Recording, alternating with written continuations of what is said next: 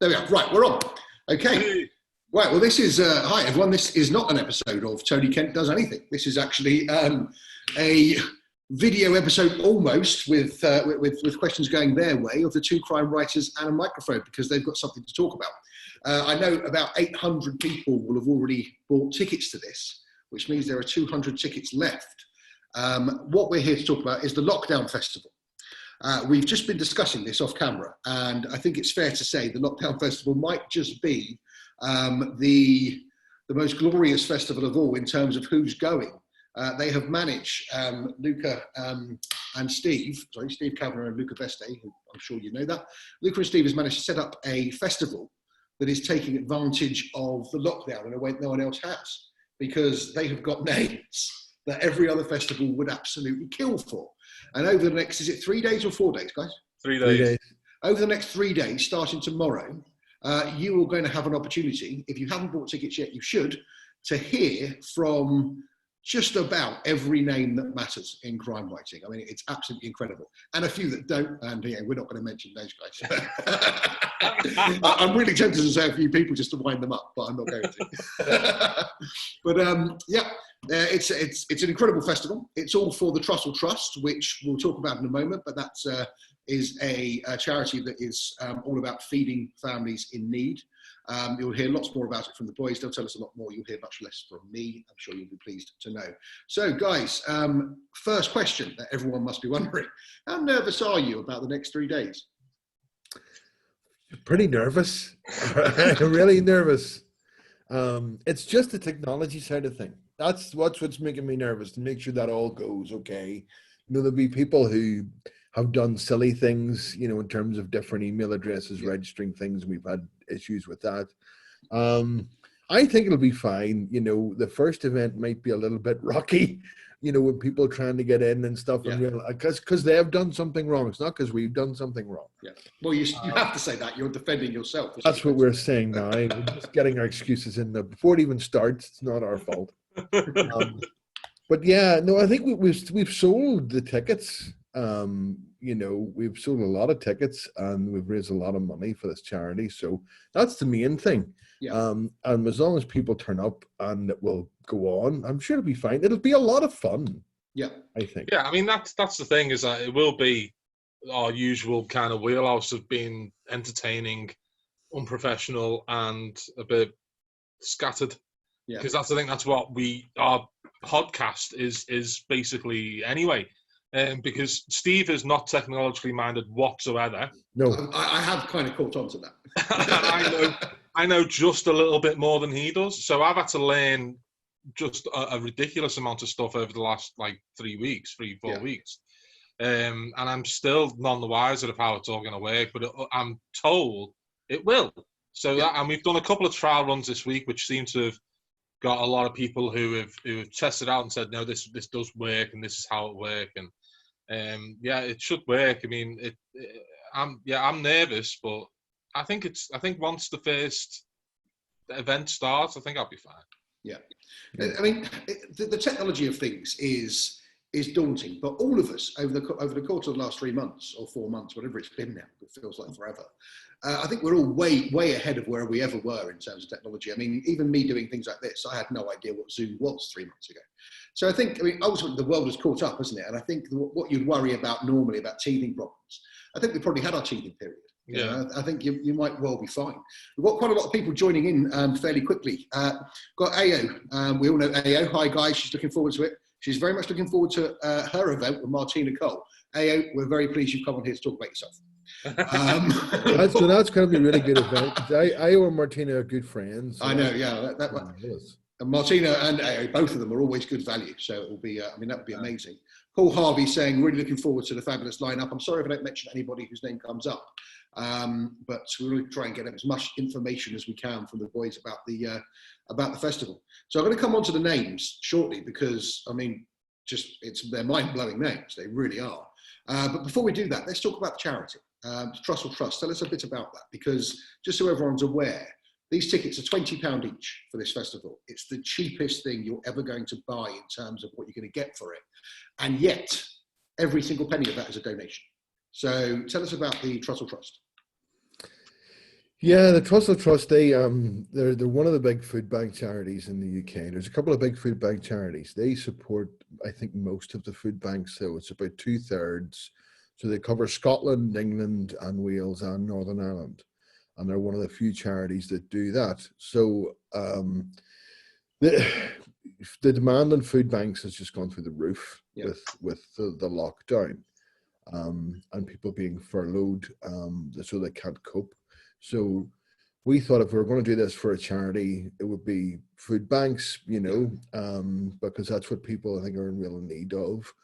And certainly, growing up, we relied on various charities from time to time when I was growing up. So it seems appropriate to give one back now to a charity that's doing good stuff for families and really needs it at the moment.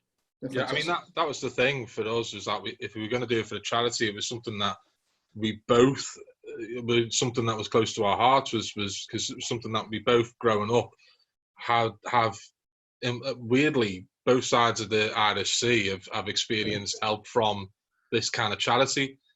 Because that was the thing when Steve came to me with the idea, and it was like, we should do it for the food bank charities. It was like, well, yeah, because that's the one that makes the most sense for us.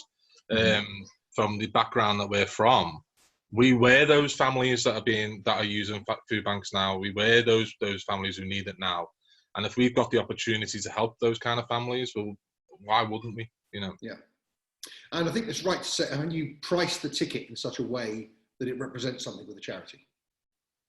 Yes, I mean we do have a little bit of a cost in terms of the massive Zoom webinar thing we're doing. Yeah, that's all. It's only a few £100 and everything else goes to the charity.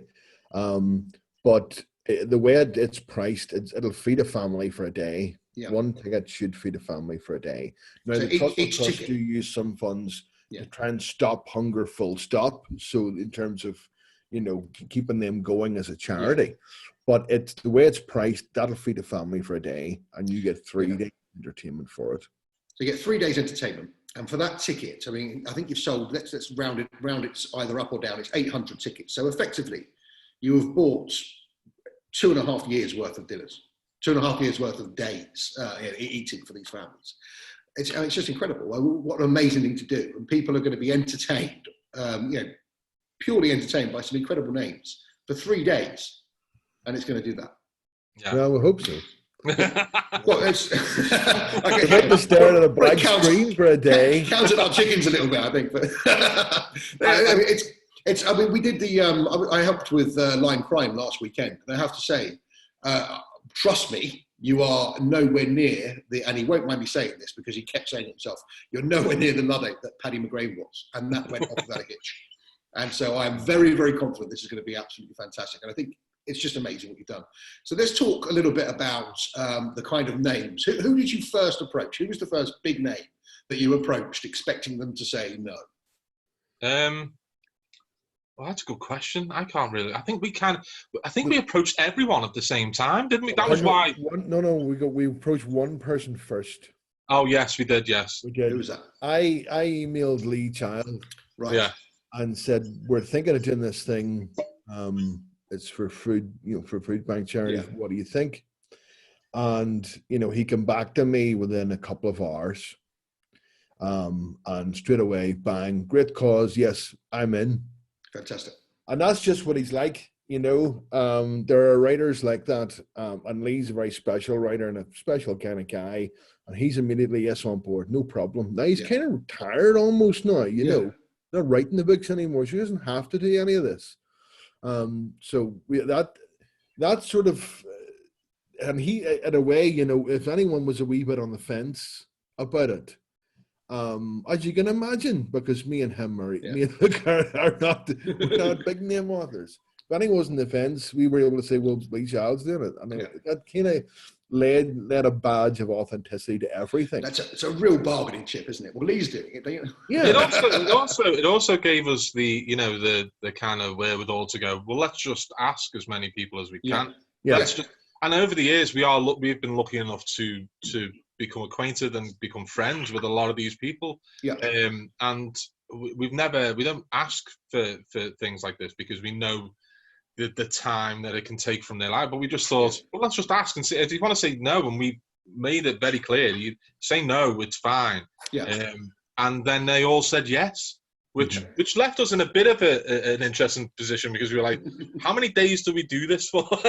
Because when we were getting over 40, we were like, oh, this could take up a lot of time. We envisaged, I think it was a few events a day, and that quickly grew. There's now 5 events a day. So it's 5 events a day, and each one an hour? Yeah, every event's an hour, and except for the last one, which may go on longer because, 2 of them, me and Steve are doing it. So right, okay. We've been known to be verbose. So let's talk about them. What's in terms of names? Let's have just a shout out a few that you've got, just so anyone who hasn't committed to their ticket yet can get online and buy the bloody thing. Well, go on, Steve. Ahead. You do one. I'll do one each. One each. Keep fighting. It's like a word association game. Okay, first one, Val McDermott. Martina Cole. Ian Rankin. Jenny Godley. Mark Billigan. Linwood Barkley. This is like one of those games that you see where it's like, you could say. If we get a psychologist to watch this, they could reach some weird conclusions. Anthony Horowitz. Don Winslow. Richard Osman. Steph McGovern. Robert Crace. Megan Abbott. He's better at this than you are, Luca. Chris Do you know why? I guarantee you've played that game, the drinking game, the name game more. Yeah. I know. It's great practice for this. No, Chris Brookmeyer's another one. There we go. Yeah. No, we could do this all night. No, we could do this. We could do this all night. I just wanted to give people an idea of the kind of names we're talking about. I mean, it's Don Winslow, for example. He's one of my absolutely all-time favourite writers. And no offence to Don, but he's going to have to take at least an hour off from hunting down Donald Trump and and concentrate on being a writer for a moment. But I mean, it's just incredible. It's absolutely incredible. So we spoke about Martina Cole earlier on with AO. Tell us about that. What's just because AO's watching you, she'll like to hear this. What's that panel? Just Martina is she's one of the nicest people in publishing. She's so down to earth. She's been very, very kind to me and Mrs. Kavanagh. And, she likes doing this. She likes supporting charities. She's a big charity supporter in her own right. And we just asked her, would you like to do this? And no pressure. And she immediately came back and said yes. So, I mean, that's just what these people are like. They're just brilliant. There's no cajoling. And the other thing is we didn't do this like any other festival. So any other, I'm not talking about a convention like Crime Fest. Yeah. Pay your money and you get a spot or not, maybe, depending on numbers. This one, we just approached the authors directly as friends. We didn't go through publishers. And a few publishers, got wind of what we were doing and tried to pitch us. And I said no. So we just went to the people we wanted and they all said yes.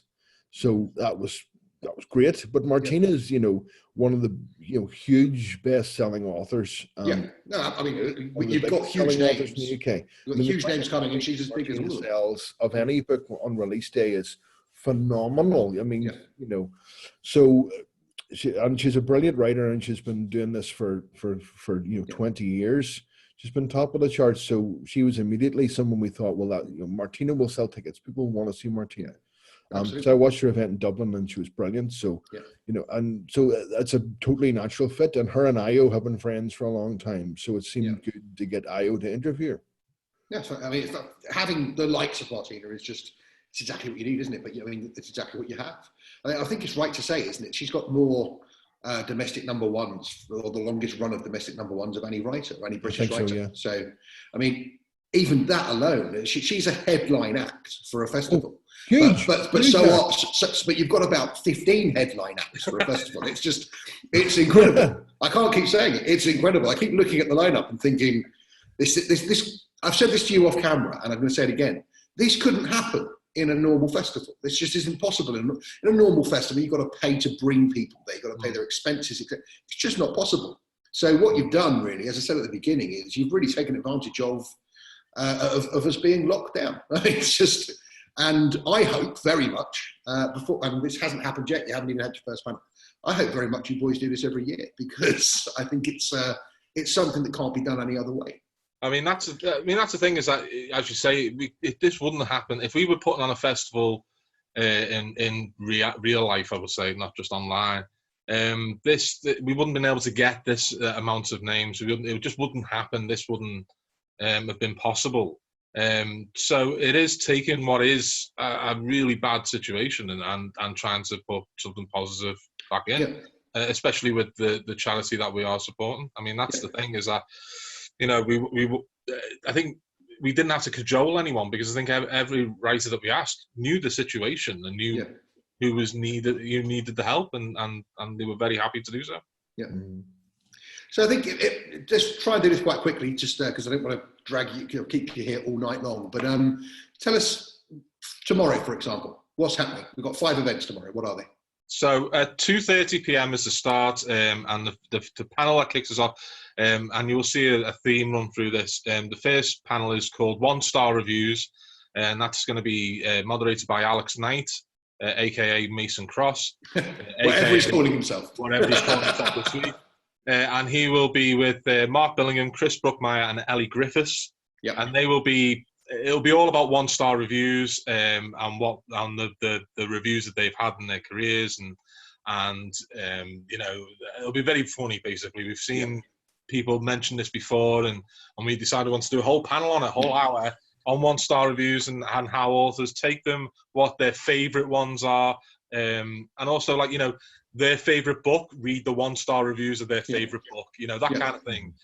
So that's 2:30 to 3:30. 4 o'clock, Steve, do you know what's on at 4 o'clock? There's only one Val McDermott. Yes. And you're interviewing Val. I am. And this is going to be much more like a This Is Your Life kind of style thing. I'm basically going to go with Val through from day one. I want to know everything that is possible to know about Val. So it's going to be, tell us the stories from your childhood, you know, like the funny stories growing up. You know, I want to know everything about her, how she became, I think she's a Rafe Rovers fan. How did that happen? You know, and she sponsors them, doesn't she? And she sponsors them now. She's on their shirts and she's got a stand. It's amazing. All these things. But Val has led an incredibly interesting life. Yeah. And I want to find out about it. And that's what that will be. And that will be the same with all the In Conversation events. Will be very much more about just 2 people having a chat, you know, and not just tell us about your latest book. This is going to be like, we want to know about you. And then we have a break for an hour and a half, from 5 o'clock till 6:30, and then 6:30 till 7:30 is Confessions. Yes. I thought it was 6 till 7. No, it's 6:30 till 7:30. It's 6:30. All right. Oh, I believe you. Confessions. So it's Fiona Cummins, Jenny Blackhurst, Dervin McTiernan, and Louise Candlish. And these authors are going to talk about the awkward moments and the little stumbling blocks they've had along the way in publishing, and when they've sort of let themselves down badly, but cheerfully. And they're sort of published confessions about, you know, mistakes they've made in writing and in, you know, careers and in life, and what they've learned from them. And, you know, nobody in this festival is kind of taking themselves too seriously, you know. Yeah. So that'll be a really good event. And then 8 o'clock to 9 o'clock tomorrow. Do you know what this is, Luca? Yes, it's the Reacher guy. Yeah. Who's that? So this is Lee Child, and he will be with Heather Martin, Dr. Heather Martin, who has written his official biography. And I've read about this. Yeah, so Brian McGillivray will be kind of asking them too about like how this whole process came about Lee wanting to write about like his life story and why and all that type of thing. And this will be the very first time he's been asked about this. And I think it's probably going to be the very first time that, you know, his kind of post-retirement life will be chatted about, I think, will be the case. Am I right about that, Steve? I think so, yeah. Yeah. So that'll be a fantastic for all, essential for all Reacher fans, that one. Well, it'll be interesting to hear him speak, actually, because now he's he hasn't got to keep quite so much to a party night. So it'll be quite interesting to hear it, to see if there's a difference. Lee does not pull any punches in any stage. That man, he speaks his mind. So that's going to be a fantastic event. And then after that, it's Luca and I. It's 9:30 till 10:30. It is. This was a new segment we brought into the podcast at the beginning of lockdown. Actually, when we kind of came back with like 12 episodes of the podcast in like 4 weeks, we came in with this new segment which we spoke to authors about, called "Am I the Arsehole?" You come up with this just after my interview. I'm starting to worry that there's a reason for that. No, that's not the reason. I was just flicking through Twitter and I found this this account which kind of collates from this thread on Reddit called "Am I the Arsehole?" And it's basically people who will post their queries about something that's happened in their lives, and then lay it out there and say, "Am I the arsehole? So am I in the wrong?" So it's basically, was I wrong or not? That type of thing. So we brought it into the, and honestly, the reaction has been brilliant, because you get authors basically trying to judge like these people and what they've done, and they're all, and you can find some absolutely hilarious stories. My favourite so far was the Ruth Ware episode we did, where that the peanut butter. That was an experience. Have you got something good for tomorrow night? Oh, I've got some good ones. Don't worry about that. So I'm afraid to ask, to be honest. So I don't tell Steve any of the stories. I like him to experience. So you're presenting this together. Two of you are. It's going to be very much like that segment of the podcast where we'll be joined by Alex North, author of The Whisper Man and the forthcoming Shadow Man. Is it Shadow Man or Shadow Friend? Shadow Friend, sorry. And Jane Casey and Ruth Ware. That's going to be absolutely. It's a good panel. Yeah, and that's gonna be the brilliant way to round off just the first day. Well, it's incredible. That's the first day. Before we go on to the next day, because I do want everyone to know everything that's on. But before we go on to that, I just want to say one thing. Even those first 5 panels, did you come up with all of those panels, or was that your idea, each of them? Yeah, I mean, like me and Steve basically sat there on the phone with each other, going through the things that we would find interesting, and you'll see some other stuff come up in the other days where it's like, you know. We didn't want to do just a normal thing, because we wanted, we knew everyone's going to be able to watch a lot of stuff over the next year online, because there's not going to be any crime festivals happening in person. So we wanted to do something that was very different and very us. If anyone listens to our podcast, they know that it's primarily not about books, even though it's supposed to be. It's the best, worst podcast about books. Because we just like to entertain, and we like to have fun, and we like to kind of just have a laugh with it. And what we discovered was that there's thousands of writers who are exactly the same, and so we have them all on, and they're just as entertaining and just as funny and just as interesting. And we wanted to kind of replicate that vibe that you have at a bar at a festival at 2:00 in the morning, where it's just, let's have a drink and let's have a laugh. It doesn't. It's a brilliant. I mean, the way you've just gone through those 5 panels, they're just completely original. I mean, so what you're saying is absolutely right. They're completely original. And you are right. I mean, it's a privilege to be called onto anything as a writer to talk about your writing. But occasionally you'd like to talk about something else. and so the reality is, people are going to love this. The people who contribute to this are going to love this. The writers are going to love this. People get to show who they really are. Yeah, but at the same time, people watching it, it's just so different. It's so original. So tell us about the second day, and hopefully it will be just as original. Steve's gonna just check his program. It's all up here for me. Steve has to check. I have to check. You said to write it down. You see. The debuts. Yes. The debuts kicks off at 2:30 on Friday. Now, are you going to be nice to them? Because come on, that's the one where we got to be a bit more normal. Panels, I sort of talked to Tracy as well, and she came up with sort of 1-star reviews, and she's great talking about panels. Tracy's got some ideas for her too, but we wanted to see, could we do a debut one, because we do have a lot of big names, but we wanted to see, well, look, are the writers here less known that we both know who are good? That could use something like a platform on this.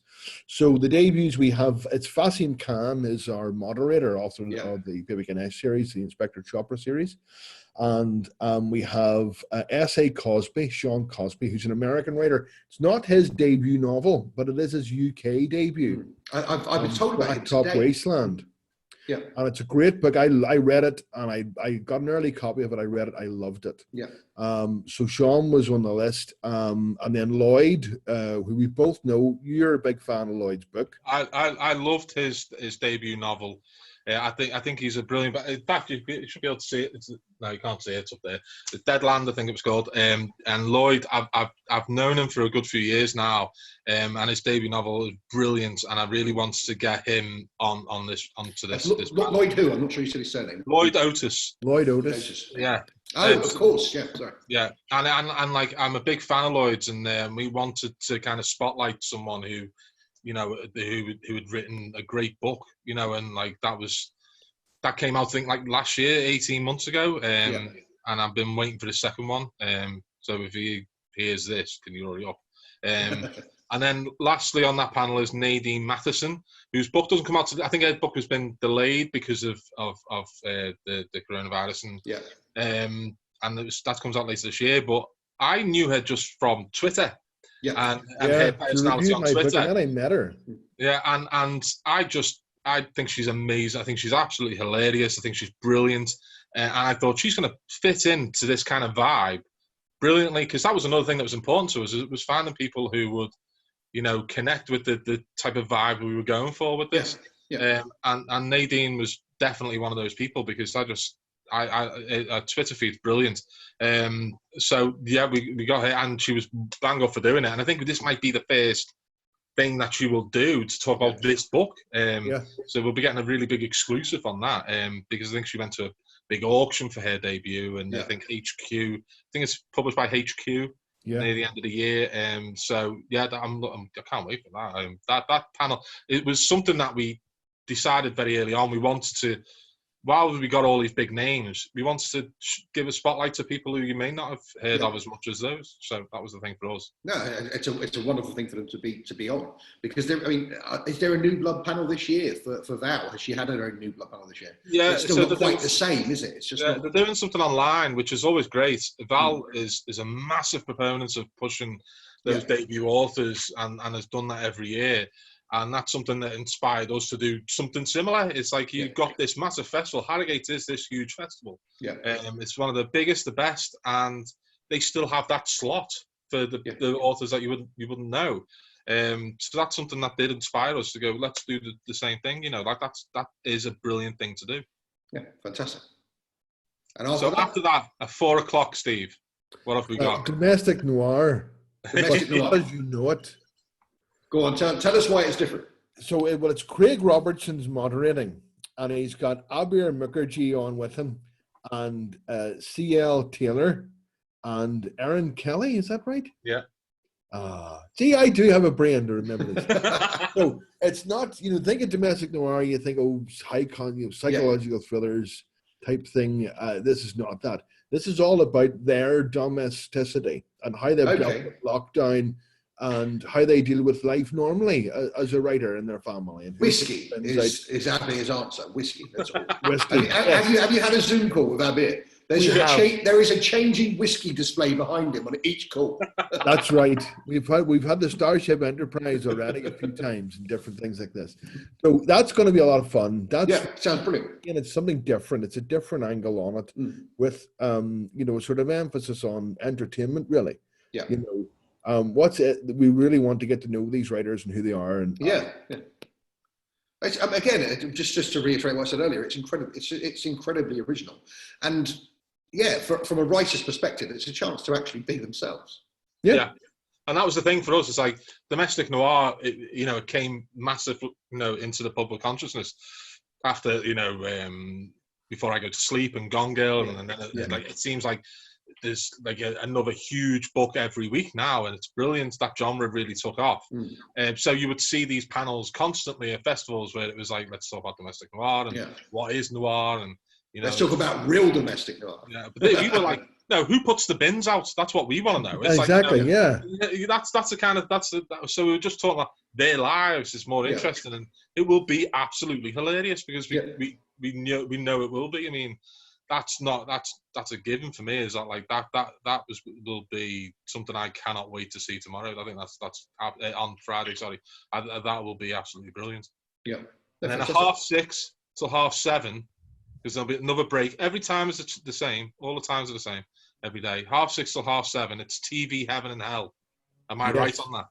Yes, you are right. Yeah. You tell me about that one. So that's we have Channel 4's Steph McGovern. Yes. She was BBC Breakfast, Steph McGovern. She's Channel 4's now. She's our Steph McGovern for this panel. Steph's brilliant. That's the top of her CV now, apparently. Yeah. The rest have gone. I don't think so. And if someone tries to put it on, we'll be Tipex died. Steph's a wonderful, wonderful person and big supporter of the crime community. She is. Yeah. She's great. So we asked her, she said, yes, no problem. That's brilliant. How brilliant is that? So she's doing this, and who have we got on that? We've got Megan Abbott, who is a fantastically gifted writer, and her new, Netflix series Dare Me, adapted from her own book, has just been on. We've got Jo Spain, who's an Irish crime writer and also screenwriter. She is she's worked in for screenwriting for some time. She's had stuff on the air in Ireland.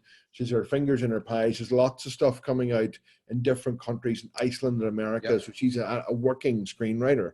And we've got Robert Crais, who's just one of my favorite writers. Yeah. His Elvis Cole and Joe Pike series is one of the best crime series ever and still going. Bob's a lovely man, and when Bob started off, he worked a wee bit in TV. Yeah. So he wrote Cagney and Lacey and Miami Vice. Really? I didn't know that. Hill Street Blues. So right. Bob is a legend. So we're really, really pleased that he agreed to do that as well. Yeah. Yeah. I mean, and that panel being very much about like their TV likes, their dislikes. If they ran a TV network, what would they schedule? Would there just be one day of like the same show every hour? That's all they want to watch. And it's very much that. What my favorite bit when we announced was do you remember this, Steve? Is that it was only a few weeks ago, you should remember it.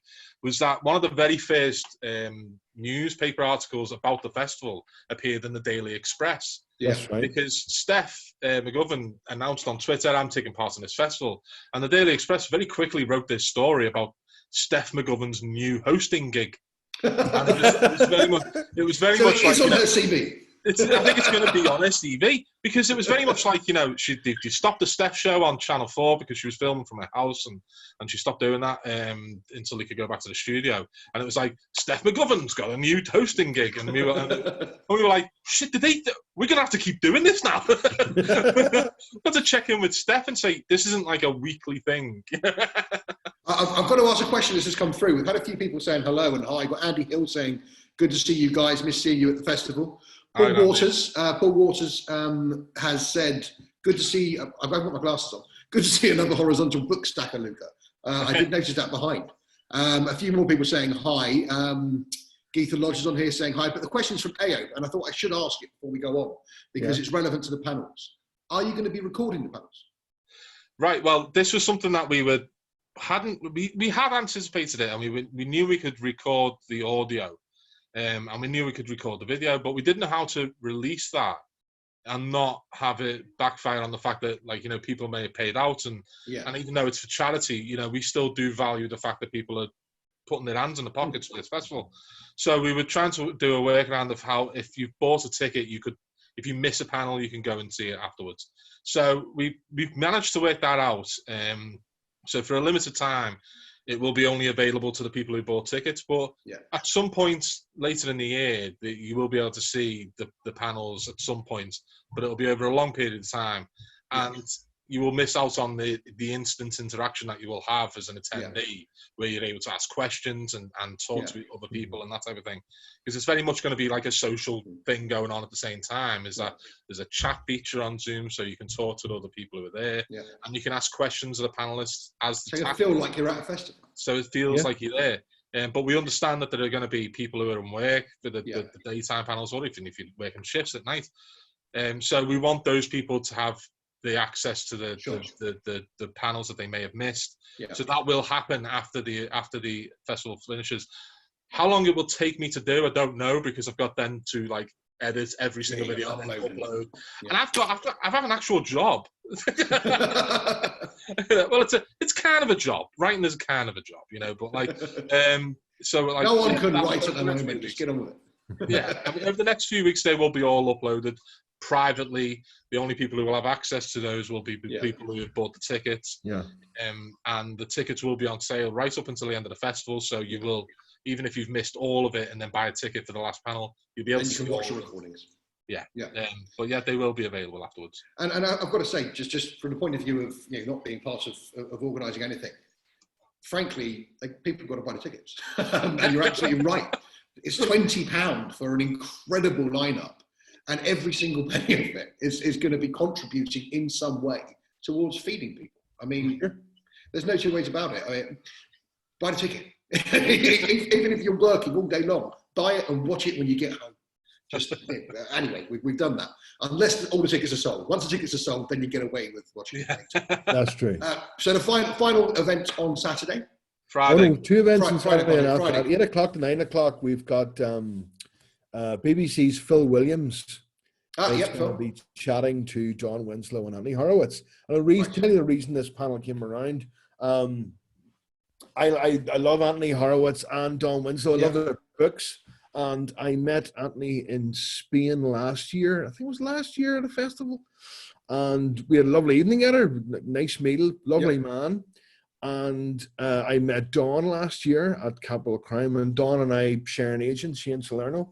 And on Twitter, Anthony and Don started talking to each other. And because Anthony was reading Don's book, and I know Don has read Anthony's work, I thought I would put them two on a panel, and they both said yes.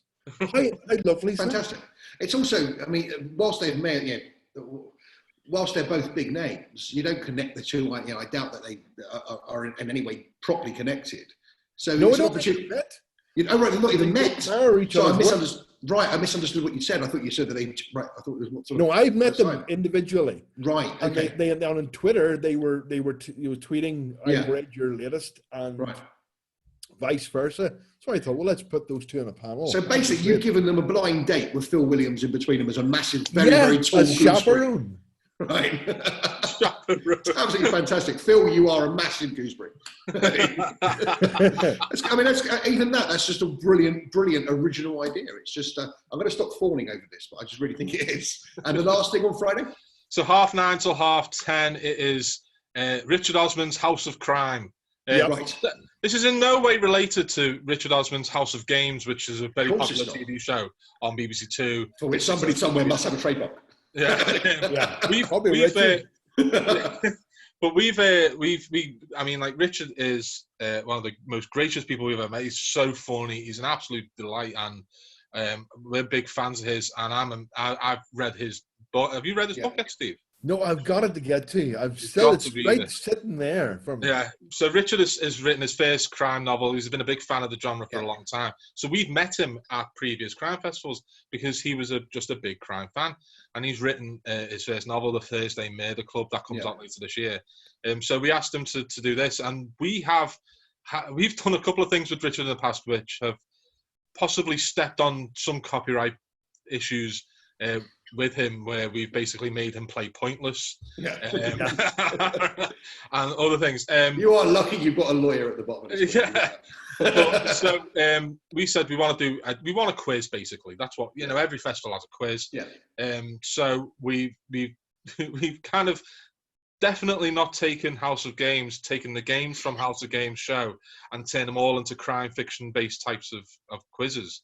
We've not done that. This is a totally brand new thing where it's similar. It looks the same, and there's some guy that looks a bit like the host.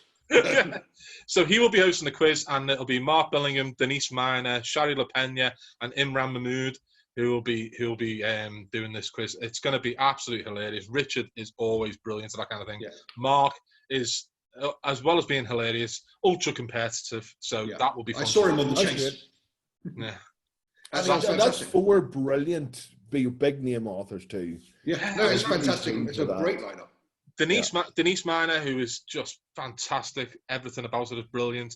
Shari is awesome, and Imran is awesome. I mean, this is four names, and Richard Osman doing a quiz. It can't fail. It might, but I don't think so. I don't think it shouldn't. It probably won't. And then you've got Saturday. If people have recovered from the Friday night hangover, we've got Saturday starting at what time? 2:30. So every day starts at 2:30, right? Yeah. So first one on Saturday, it's Martina, as we said before, Martina Cole and Ayo Anatade in conversation. Are you still here, Ayo? We'll find out in a moment. But yeah, I mean, as Steve was saying before, like Ayo and Martina have been friends for a long time, and that was again similar to the way like me and Val will be in conversation. It's it's two friends having a chat rather than bringing in an interviewer and just saying what's your latest book. We really want it to be much more like a conversation that you would just hear over here at a festival, and that's very much what it's going to be like, we imagine. But Martina is not only she's doing something very special around this event as well, isn't she, Steve? She is as well. So what we're going to do, anyone who's bought a ticket is entered into a draw. Martina's going to sign copies of her latest book, No Mercy, and we're going to have a giveaway. Fantastic. So and we're going to with a few more authors maybe we're going to do that with as well. So but that's brilliant. Martina's not only doing the festival, she's supporting. I've been talking to Martina and some of her family as well here, helping with this. It's a real family affair, this. So that's great. Just good people, Good. It's great to be working with good people.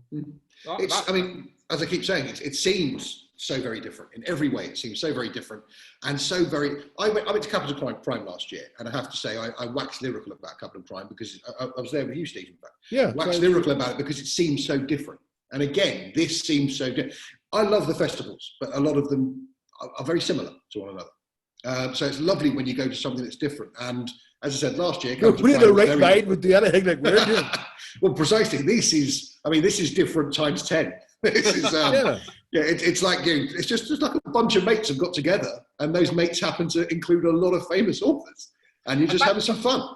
That's literally what we should have just put on the poster. To be honest, it's like that's pretty much what has happened, and again, it's the vibe that we've got from the podcast. The podcast is very much like who do we like to speak to? Who do we want to speak to? That's what happens every week, and we don't plan out ahead. We don't have like this big long list of like this is who's on this week, and this week. It's every week we go like, do you know what? We haven't spoke to Ruth Ware for a bit. Let's find out what Ruth's up to. I remember you. I think you sent me a message about 7 hours before we did it. Like, what are you doing tonight? It was like I think I was talking to Steve about the fact that me and you may have been talking about boxing on Twitter or something like that. Let's get Tony on the show, and we'll talk about like that kind of thing, but not just that. Everything, because he's got a really interesting thing. Let's talk about it on the show, and that's the kind of thing we like to do. Is it's not like my book's out this day, on this day, I need to do the normal publicity. That never really sits well with us. It's not that kind of show. So when we're doing the festival, as Steve was saying about like, getting pitched authors and stuff like that, it didn't really work for what we were doing because it was, we really want to just have this kind of matey kind of vibe to it. Where it's like, let's just all have a good laugh about it and that type of thing, rather than having awkward situations with people we don't really know and that kind of thing. It would have been a bit awkward. So it was nice to have that kind of opportunity. And as if we were to do it again, it may be very different. But yeah, I mean, that's the thing for us. So that's very much the vibe for that in conversation with Martina and Ayo kind of just shows that more than any of the others. Yeah, really. it's the whole ethos of the whole thing, just having a chat. A couple of mates having a chat. So then, one of whom happens to be really famous. So 6:30 to 7:30 on Saturday is our Zoom of Blues. Well, hang on, you've missed out one. Have I? Yes. It's all in your head. Come on, it's all in your head. Your panel as well. My panel, yeah. So thanks, Luca. So, sorry. 4 to 5. So you have a break between 3:30 and 4. 4 to 5. World's worst book events. This is going to be great. So this is me and Linwood Barclay, S.J. Watson, Adrian McKinty, and we're all going to just really telling stories about disasters. On tour, something usually goes wrong somewhere, or there's a really awful event. Like I know Adrian has some of the worst book events ever. Well, he travels the world these days, doesn't he? So he's bound to have been which possibly have a body count. Not awful. Not just people in bushes. Wood has had some awful disasters as well, as you've spoken about. And Steve has said to me, "Oh God, yeah, God, I've got stories. So this is going to be really good because normally at a literary, this event kind of more than some others highlights what this is about. Because normally a literary festival, people are throwing flowers at these authors. Yeah. Aren't you wonderful? And I love the way you did this. And what were you thinking when you did? No. Tell me what happened when you got fucking lost on the way to this thing and you met this crazy guy. That's what it's all about. And this is our first test, I think, about whether or not the bigger name authors would kind of buy into what we were doing. Yeah. Because Linwood was one of the first people, one of those big names who we kind of said, this is what we want to do. He said, I said to him, like, you know, we're gonna have panels such as like the, you know, Am I the Arsehole and the World's book events, and he instantly said, I have stories to tell. I want to be on that panel. And we were like, brilliant. That's brilliant. That's exactly what we want. No one's saying no to that, are they? No, and that was the first kind of test. We were like, this is going to work. This is going to work. That people are going to want to do it and they're going to buy into it and find it interesting and entertaining. That was the first. So I'm really looking forward to that one. And I can't believe I forgot it. And Steve, are you moderating that with an eye, just a slight eye on the legalities of what they might be able to, where you maybe have to stop them? No, not at all. In fact, you have to stop me. So are they going to think you're doing that? I'm kind of a moderator participant, so I'm telling stories too. Right, okay. So, but that will be interesting because they'll probably think you're going to stop them if they go down the Bible to libel route. Oh, no. But clearly not. No, you're on your own in this. Well, that's 4 o'clock, Steve. So that's 4 till 5. 4 o'clock. 6 to 7:30. 6:30 to 7:30 is the Zoom of Blues, as I may have split up before. This was something that's like very dear to my heart. It's about music, and we have 4 amazing authors who all have musical backgrounds, and that is Stuart Neville, Doug Johnston, Val McDermid, and Miranda Dickinson. Right. Only one of whom is not a fun-loving crime writer. Yes, I mean Miranda's not even a crime writer. No, I guess there is that as well. She may be very soon. Very soon. But yeah, so I mean, it was very much more. This very much from me. It's like, you know, how much music has played a part in my life, and my still continuing now is you know playing Glastonbury, for example, as a crime writer. I've not heard that. Did you do that? So that was something that I wanted to get in there was about our music and how it influenced. And this will be all about, like, you know, their musical past. I've heard Doug, for example, talking about his past bands as absolutely hilarious. He has some of the best band names you've ever heard, which I will not reveal because he will do so on Saturday at 6:30, which are amazing. Stuart has been a guitarist all his life. I think he came out playing. I don't know if that's. I've seen some clips. I mean, he's pretty good, isn't he?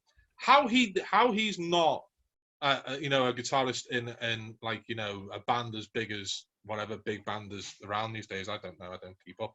But it's unreal to me because he's one of the best guitarists I've ever shared a stage with. And I've done a lot of stuff. And he is head and shoulders above all those people, and he is unbelievably talented. But he's also this incredible crime writer as well. So that's how do they two meet, and that'll be the same. Miranda's a brilliant singer. Val is an amazing singer. This thing is going to be brilliant. So they'll Miranda's be talking all about that. The podcast, we've had Miranda on before. Yeah. Basically, because she's a writer, and she's not, but you know, she is a writer. Yeah. But she's a friend of the podcast, and she's good fun, and we like Miranda. Yeah. So we'll get Miranda. And from what Lucas said, she might be drifting releases into her own music as well. Yeah. And from what you said, Lucas, she might be drifting into a bit of crime writing. When she came on the podcast, this is a good year and a half ago, she did mention she was thinking about writing a crime novel. So I've been kind of, you know, trying to bring her into the dark side, because she writes, I think it's much more like, you know, romance fiction, that type of thing. But she's brilliant. And as Steve said, she's been a massive friend to the podcast, friend to us. She's a massive crime reader as well. She's just an awesome person. And she's got a great voice as well. So are they singing and playing music in this thing at all? There's bound to be, isn't it? I hope so, because that's kind of the whole point. And we're hoping this is hard. Did you say 7:30, 8 o'clock for this?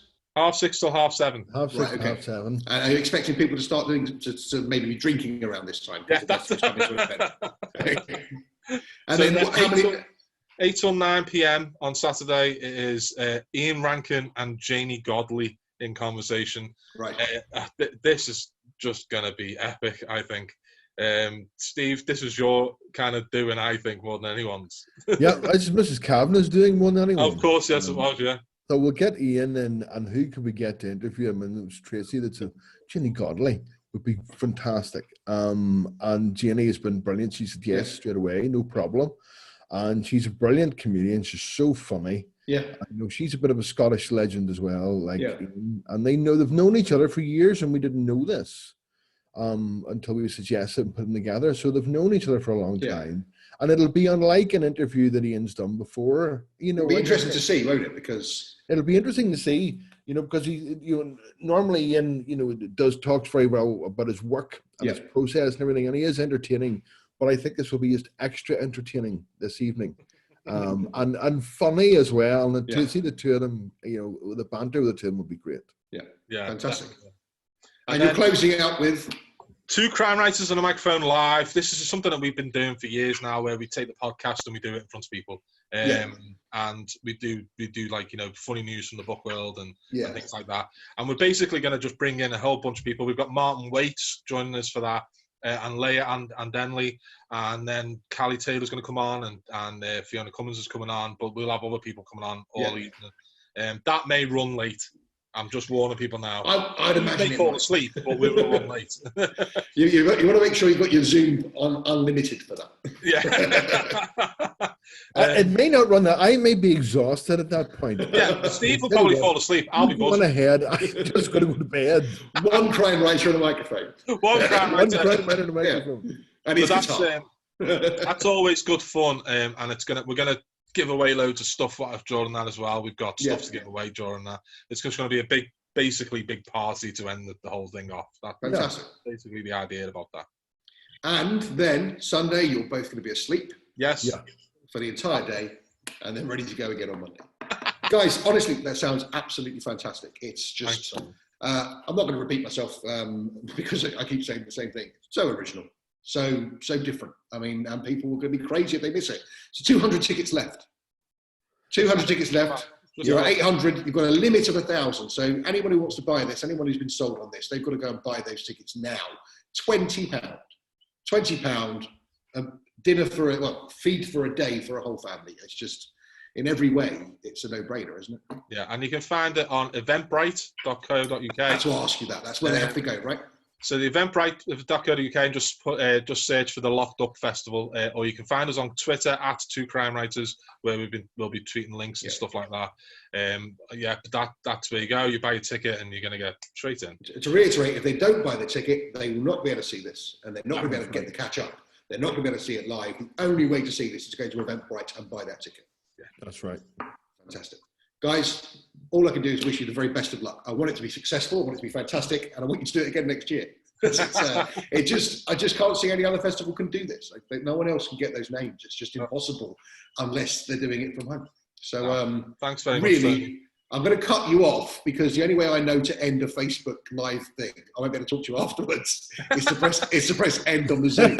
So I'm warning you that because the way we're going to have to do it as well. Every other time I've done this, people have just thought I'm really, really rude. But I don't know. That's fine. So I'm going to press go. I'm going to just say one more time. Honestly, thank you very much for coming on to chat.